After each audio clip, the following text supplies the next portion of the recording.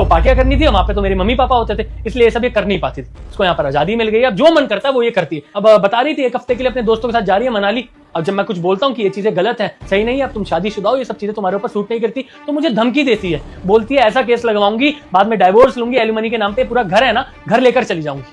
मैं बेचारा क्या करूं, चुप रहना पड़ता है, सह रहा हूं। ये तो आप लोग आए हो, आज बातें निकली हैं, वरना मैं तो ये सब करता रह जाता। दीदी ये सब क्या हो रहा है, मुझे तो कुछ समझ नहीं आ रहा है जीजू क्या बोले जा रहे हैं। और एक बात बताइए, आपको तो शादी से पहले इन सब चीजों का कोई शौक भी नहीं था, ना आप पार्टी जाती थी, ना आपके कोई फ्रेंड्स थे कि आप रात भर क्लब जाओगे उनके साथ। आपको हो क्या गया है, मुझे कुछ समझ नहीं आ रहा है। और एक मिनट, मुझे एक बात समझ नहीं आ रही, आप ये कपड़े पहन के रात पार्टी में गए थे। आप तो मुझे मना किया करते थे ना कि छोटे कपड़े पहन के बाहर नहीं जाना है, माहौल अच्छा नहीं है। आप मुझे मना करते थे जाने के लिए, पर आज आप खुद ऐसे कपड़े पहन रहे हो। जान सकती हूँ मैं क्यों।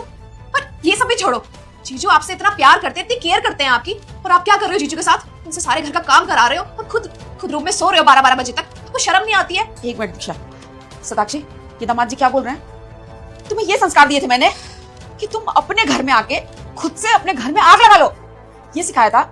अरे माँ बाप, वो चाहे उज्जवल के हो या तुम्हारे, माँ बाप सिर्फ माँ बाप होते हैं। तुमने हम में और उनमें भेदभाव किया। जैसे मैं तुम्हारी माँ हूं ना, वैसे उज्जवल की माँ भी तुम्हारी माँ है। उनकी देखभाल करना तुम्हारी रिस्पॉन्सिबिलिटी है, और तुम उनको नौकरों की तरह रख रही हो। अरे वो तुमसे प्यार करती हैं, इसका मतलब ये नहीं है कि तुम उनके सर पे बैठ के नाचोगी। अरे मेरी छोटी बेटी है, मेरा बेटा है, कल को शादी होगी, ये भी अपने घर जाएगी, मेरे घर में ही बहू आएगी। दामाद जी ने बिल्कुल सही बोला है, कल को जब वो मेरे साथ ऐसा करेगी तब शायद तुम्हें पता लगेगा कि दामाद जी क्या कर रहे हैं। अरे मैंने तो सोचा था अच्छे घर में अच्छे लड़के से तेरी शादी करवा रही हूँ, तू खुश रहेगी, पूरी जिंदगी अपने घर को आबाद रखेगी, पर नहीं, तुझे तो अपनी ही जिंदगी बर्बाद करनी है। ये ड्रेस, ये पार्टी, लड़के, दोस्त, अगर तुझे कहीं जाना है तो तू दामाद जी के साथ क्यों नहीं जाती, दोस्तों के साथ क्यों जाती है? अरे दामाद जी काबिल हैं, वो तुझे घुमा सकते हैं, तेरी सारी खुशियों का ध्यान रखते हैं, फिर तुझे क्या जरूरत है किसी दूसरे के साथ? और ये उन दूसरों का ही असर है जो तू अपने घर में आग लगा रही है। और तुझे एक बात बताऊं, ये दुनिया का सबसे बड़ा पाप है कि एक बच्चे को उसके माँ से अलग कर दो। तुम्हारे साथ भी वही होना चाहिए जो तुम उज्जवल की माँ के साथ कर रही हो। तभी मैं सोचूं, घर में घुसते दामाद जी ऐसे क्यों व्यवहार कर रहे हैं हम लोगों के साथ? अरे ये तो ऊंची आवाज में बात नहीं करते किसी से, इन्होंने हमेशा हम सबका ध्यान रखा है, बिल्कुल अपनी फैमिली की तरह।